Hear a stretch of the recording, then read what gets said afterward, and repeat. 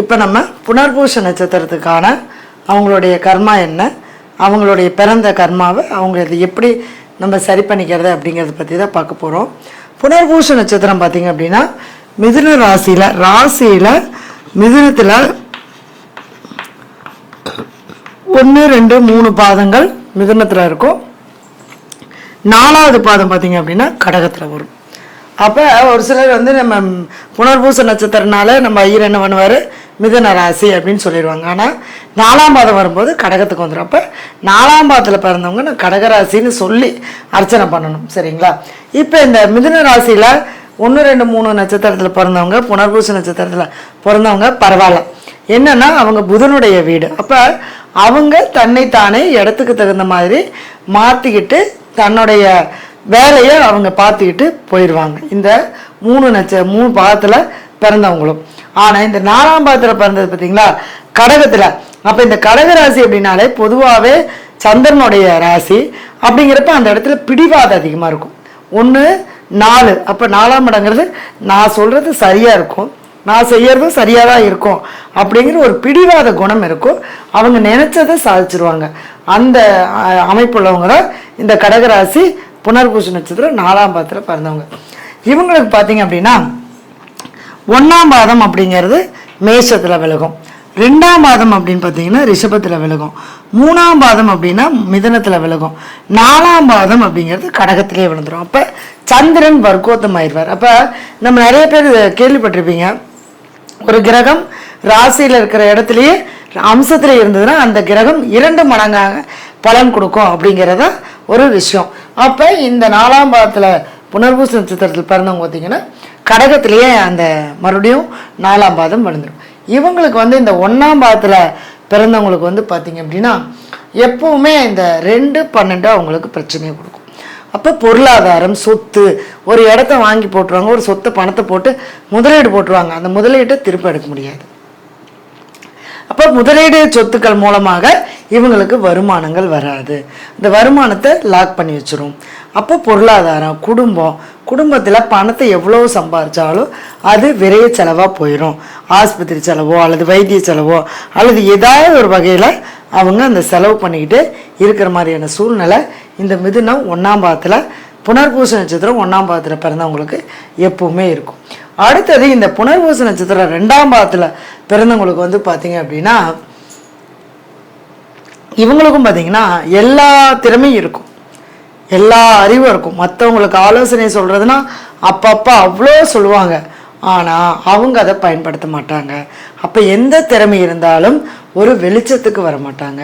அப்போ தன்னைத்தானே முடக்கி கொள்ளக்கூடிய ஒரு அமைப்பு இந்த புனர்பூசம் 2ஆம் பாதத்தில் பிறந்தவங்களுக்கு. இவங்களுக்கு பெண்களால் சில பிரச்சனைகள் கட்டாயம் ஏற்படும். அதனால் பெண்கள் விஷயத்தில் ரொம்ப கவனமாக இருக்கணும் புனர்பூசம் 2ஆம் பாதத்தில் பிறந்தவங்களுக்கு.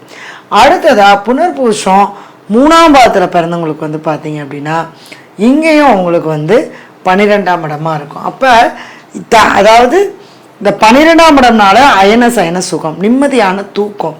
இவங்களுக்கு வந்து பார்த்திங்கன்னா தூக்கம் வராது, நைட்டில் எப்பவுமே மனசு ஒரு நிலையில் இருக்காது. அப்போ ஏதோ ஒன்று சிந்தனை மைண்டில் ஓடிட்டே இருக்கும், கண்ணு தூங்குற மாதிரி இருக்கும், மூளை தூங்காது. அப்போ இவங்களுக்கு வந்து இந்த அடிக்கடி தலைவலி சம்மந்தப்பட்ட விஷயங்கள், நரம்பு சார்ந்த பிரச்சனைகள், இது எல்லாமே இவங்களுக்கு இந்த புனர்பூச நட்சத்திரம் 3ஆம் பாதத்தில் பிறந்தவங்களுக்கு கண்டிப்பாக வரும். சரிங்களா? அடுத்தது புனர்பூச நட்சத்திரம் 4ஆம் பாதம் கடகராசியில் பிறந்தவங்களுக்கு இவங்களுக்கு மூத்த சகோதர உறவால் மட்டுமே அதிகமான பாதிப்பை கொடுக்கும். ஏன்னா 11ஆம் இடம் அப்படிங்கிறது மூத்த சகோதர உறவு. அவங்க இவங்களை யூஸ் பண்ணிக்குவாங்க, இவங்ககிட்ட இருந்து எல்லாம் எடுத்துக்குவாங்க, அதுக்கப்புறம் இவங்களையே தூக்கி போட்டுருவாங்க. இவங்க தாயன்பு மிகுதிங்கிறதுனால எல்லாமே விட்டு கொடுத்து போகக்கூடியவங்க தான் இந்த புனர்பூசம் 4ஆம் பாதத்தில் பிறந்தவங்க. அதே மாதிரி இவங்க 10 பைசா சேமிப்பு வச்சுருக்க முடியாது. ஒரு 10 ரூபா வச்சுருந்தாங்கன்னா ஒரு 20 ரூபாய்க்கு செலவு வந்துக்கிட்டே இருக்கும். ஏன்னா அந்த இடத்துல குரு உச்சமாக இருந்தாலும் பணம் பொருளாதாரம் வந்தாலுமே கூட கடன் அவங்களுக்கு எப்பவுமே இருந்துக்கிட்டே இருக்கணும். அப்போ அந்த கடன் இருந்ததுன்னா நோய் வராது, இல்லைன்னா கடனை கட்டி முடிச்சுட்டா ஏதோ ஒரு நோயோ உடம்புல இல்லது ஏதாவது ஒரு வழக்கோ அவங்களுக்கு வந்துடும். அடுத்தது வந்து பார்த்திங்க அப்படின்னா நிறைவு இருக்காது. அவங்க வந்து இப்போ ஒரு டிகிரி முடிச்சிட்டாங்க அப்படின்னா போதும், நான் ஒரு வேலைக்கு போகிறேன், பத்தாது, நான் இன்னொரு டிகிரி படிக்கிறேன், அது படிச்சு அதுலேயே எனக்கு நிறைவில்லை, இன்னொன்று படிக்கிறேன். அந்த மாதிரி அடுத்தடுத்த தேடல்கள் அவங்க வாழ்க்கையில் இருந்துக்கிட்டே இருக்கும். அதே மாதிரி இந்த அறிவை தேடக்கூடிய தேடல்கள் இவங்கக்கிட்ட நிறைய இருக்கும். அந்த அந்த தேடல் ஒரு நிறைவில்லாத தன்மை கொடுக்கும், ஒரு நிம்மதி இருக்காது. 70 வயசு 80 வயசு ஆனாலும் கூட இப்போ நான் வாழ்க்கையில் சம்பாரிச்சேன், நல்லா இருக்கேன், குழந்தைங்க இருக்காங்க அப்படிங்கிற ஒரு சாட்டிஸ்ஃபைடே அவங்களுக்கு வராது. அப்போ அவங்கள என்ன பண்ணாலுமே திருப்திப்படுத்த முடியாத ஒரு மனநிலை உள்ளவங்க தான் இந்த புனர்பூசம் 4ஆம் பாதத்தில் பிறந்தவங்க. இவங்க வந்து பார்த்திங்கன்னா நீங்கள் பிறந்த மாதத்தில் வரக்கூடிய புனர்பூச நட்சத்திரத்தன்னைக்கு வாணியம்பாடி, அதாவது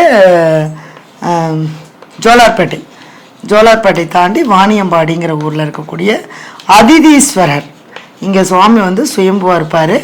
அந்த ஆலயத்துக்கு போய் உங்களுடைய வயசு எத்தனையோ அத்தனை தீபம் ஏற்றி வச்சு அங்கே இருக்கக்கூடியவங்களுக்கு அன்னதானம் பண்ணிட்டு வரணும். எப்போவுமே இந்த குரு சந்திரன் சேர்ந்தால் அன்னதானம் தன்னிதானம் நீங்கள் பண்ணிட்டு வர வர உங்களுடைய வாழ்க்கையில் நல்ல முன்னேற்றங்கள் நமக்கு கிடைக்கும். இந்த கர்மாவானது கொஞ்சம் கொஞ்சமாக நமக்கு குறைய ஆரம்பிக்கும்.